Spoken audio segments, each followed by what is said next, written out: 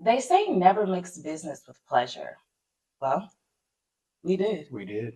And in today's video, we're going to share what happened.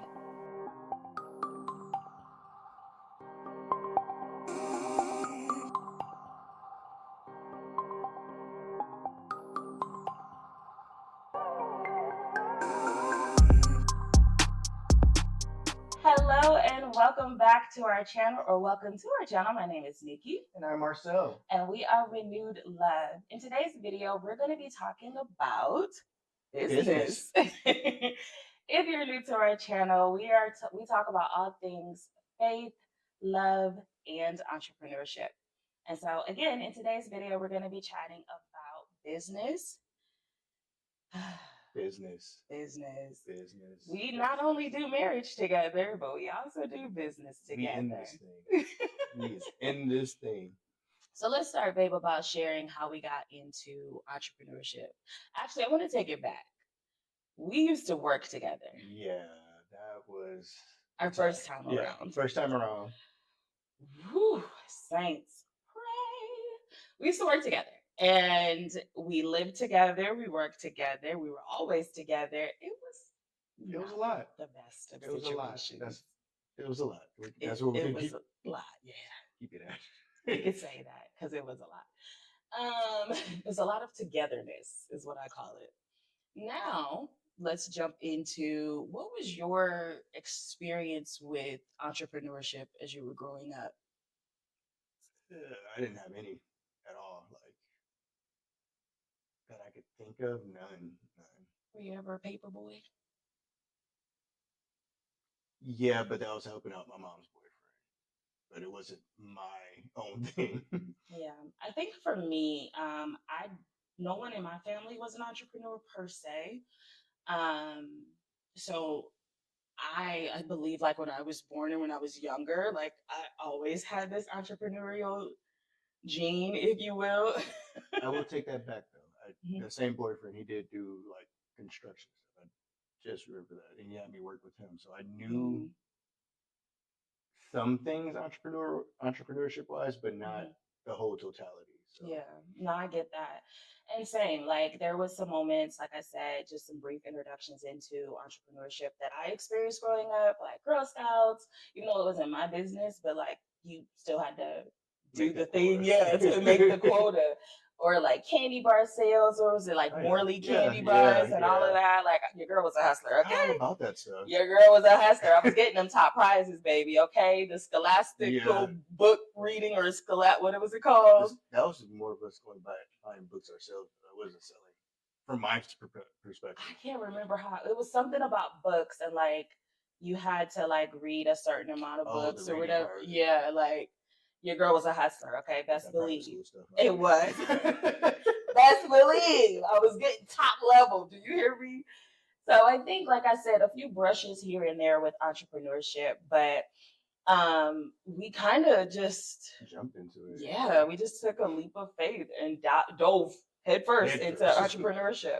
So during our like sabbatical, if you will, of our time apart, I dipped my toe into a lot of consulting work. I was a freelance makeup artist and fashion stylist. So that was like my first kind of, I guess, big break into entrepreneurial life.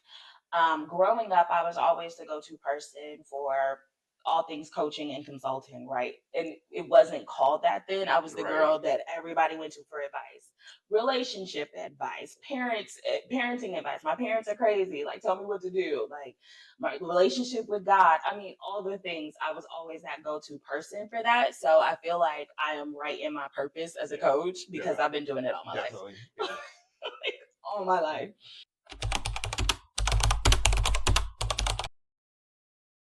Let's talk about like how we got started into entrepreneurship. Like, if I remember correctly, and please correct me if I'm wrong, but I feel like you received a word from the Lord and it kind of like piqued your interest to jumpstart into entrepreneurial. Yeah. I don't know what was said verbatim, but it was along the lines of branching off into like fashion and clothing and apparel, and that birthed Blessed Up Clothing, which has been going strong since 2017-ish, so about 6 or 7 years now. Actually, the anniversary is coming up. So, but yeah, and pretty much the word was that it was going to take off and blow up, pretty much. And it's been going. But what was that like for you, for someone who's never really done entrepreneurship, and to receive that word? Were you even thinking about Definitely not. starting your own business? Definitely not. It, like you said, it did pique my interest. It got me into doing a lot of research, a lot of, you know, finding the purpose and discovering a way to go about it. So it was definitely eye opening. So. So, for context, we have about, I believe, 7 or 8 businesses together. Yeah. So, we have our faith based clothing store, which is Blessed Up Clothing. We also have, you are a web designer. I am a coach. And sometimes we team up and do projects together on that. Now we have Renewed Love, which we will coach couples and things of that nature. And then we both have our own Etsy stores. Yep. We also have some together. So, and then like I have my own brand t-shirt company. So we got a lot going on. We got a lot. Leslie also has a full-time job as well. So we definitely have a lot going on. The king and queen of side hustles, side projects, passive income, all of that. Like we got a lot going on. As I tell people that I run across, my days off aren't even my days off. So because during your days off, we're either working on business stuff, we're filming, we're doing it's a bunch of stuff. I also have a podcast. Oh my gosh, just forgot about the podcast. Yeah, so we got a lot going on. So for me, like I said, I feel like I've always had that little bug of entrepreneurial spirit, and so this feels like home for me. Like this feels like where I'm supposed to be at. How I got into business coaching. So if you think about that transition and that leap, was makeup artistry, fashion styling, which then led me into the consulting role or the coaching role, quite honestly, of just women empowerment. I remember I had a few clients ask me, like, how are you so confident? And how do you do this? And how do you do that? And how do you show up so confidently on camera? And I was like, oh, girl, that's easy. Like, let me show you. And so that kind of sparked that path. And then from there, one of the things I always say in my business and when I'm coaching my clients is pay attention to your audience, because your audience will 9 times out of 10 tell you when it's time to pivot. And so I had, again, a few clients that asked me about business, like, hey, I want to make this a business. I want to start coaching, or I want to start doing consulting work on the side. Can you show me like how you did this, how you got into this? And I'm like, that's a great idea. What can I do? And I went to school for business. I'm a certified life coach. So this was like perfect. And so I was like, let's jump into this. And the rest has been history, quite honestly. And I feel like this is my vein, especially with like passive income opportunities and teaching women how to make money online and be a coach and all those things. So let's talk about the initial conversation that you and I had about becoming business partners. I remember this like it was yesterday. What happened was I saw another couple. They were a husband and wife, and they were like, oh yeah, he's my business partner. And I was like, that sounds good. I do remember that. Yeah. And I came to you and was like, what would this look like for us to be partners in business? Being partners in business, it's had its challenges, it's had its ups and downs. But for the most part, it's been great having, your wife, your best friend, your spouse, your partner, having your back, having that support for you. And if it wasn't for that, I don't think even personally, I don't think I would have been able to do it, because for the most part, we are business partners in our own, each other's businesses. So. Yeah, so on Blessed Up Clothing side, I typically am the one that does the designs and the mock-ups, and you do the social media, you do the listing of the products, all the techie stuff, because again, his web design degree and computer programming and stuff, so he typically does like all the techie stuff, and I do all the pretty stuff. Um, same with the website business. Like I will typically have my toe in there, Yeah. making sure that the design looks good, making sure like I'm front facing with clients and things like that. And he's in the background, like, okay, great. Tell me what they need, and I will do it. And that's how that goes Pretty much, typically. yeah, yeah. Yeah. And then the same thing with your side. I even before we formulated Renew Love, when you were doing your coaching and stuff, I was making sure all the background stuff was all together. So it was tough, but we got through it. Yeah. And I think for us, I think we had a lot of PTSD from working together in a corporate, not corporate, like a restaurant setting and stuff. Like us actually having jobs together. I think that was different. And I think also that scarred us. So we were both really hesitant about jumping into business together. But I'm glad we did it. Yeah, me too. Me too. I think it works well. And I think over the years, we have kind of refined our process, which makes it work a lot better. Definitely. Yeah, I agree. So let's talk about our challenges and like how we have like work life balance, if you will. Were there any challenges that we or obstacles that we had to face in our business? As you said one day, hurticles. Hurticles. I know it was an accident, but that's totally a word it's now. Sticking. It's now. It's hurdles and obstacles. When I said hurticles, hilarious. Anyway, any hurdles that we had to overcome?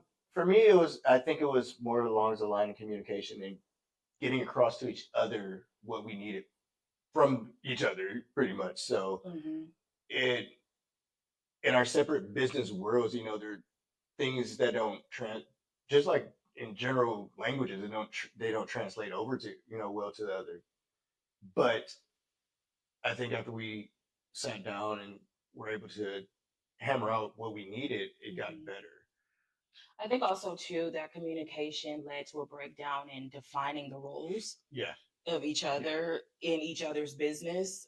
What's yours? What's mine? What's my role in yours? What's like because we do have individual businesses, but then we also have businesses together. And I think it was more of that, like, what's your role? Let's communicate because I'm expecting this, but if I haven't communicated it, you don't know that I'm expecting that. Same vice versa. So I think that was definitely something that we needed to overcome.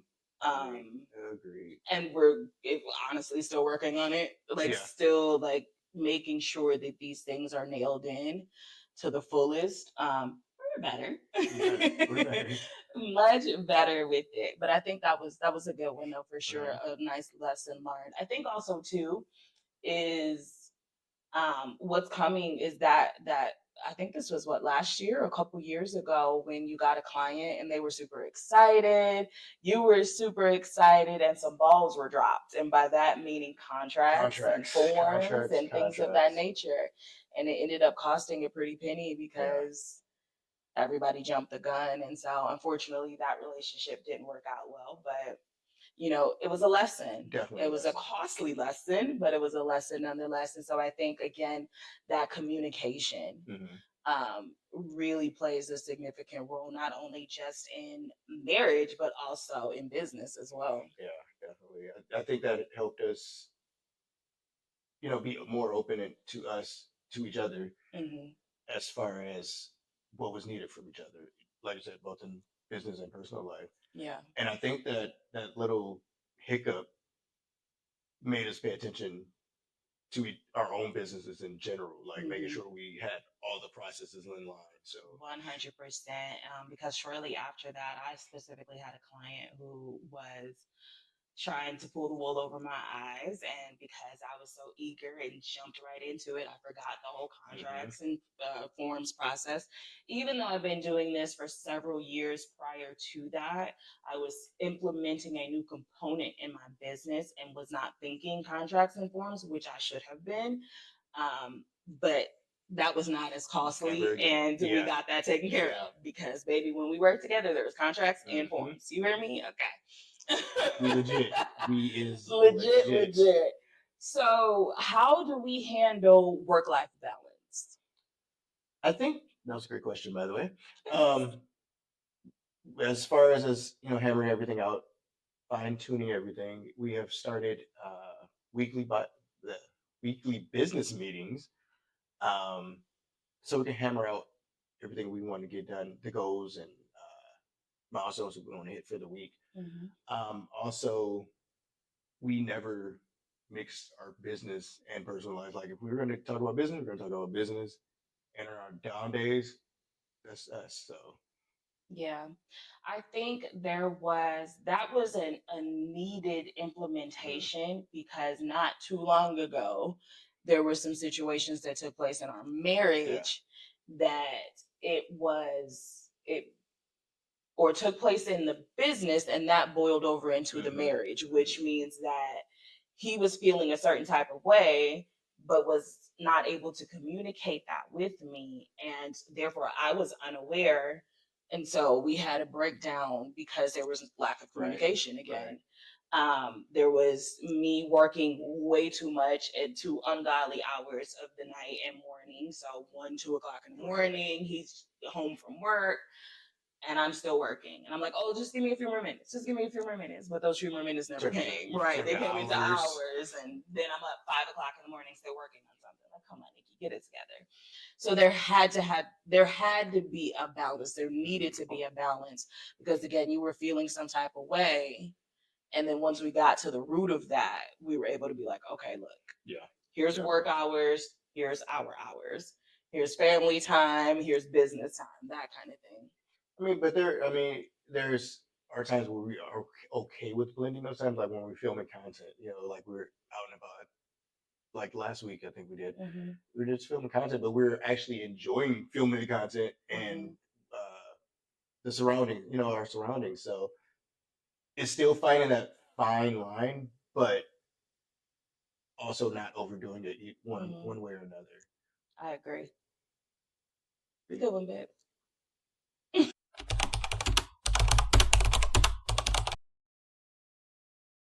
So, babe, what are some tips that we can give aspiring entrepreneurs out there, couples that are looking to expand their portfolio and grow together and thinking about becoming entrepreneurs? What can we give them? Communication. That's number one. Communication is key. Starred. All the above. Yes. You have to have an open line of communication with your spouse,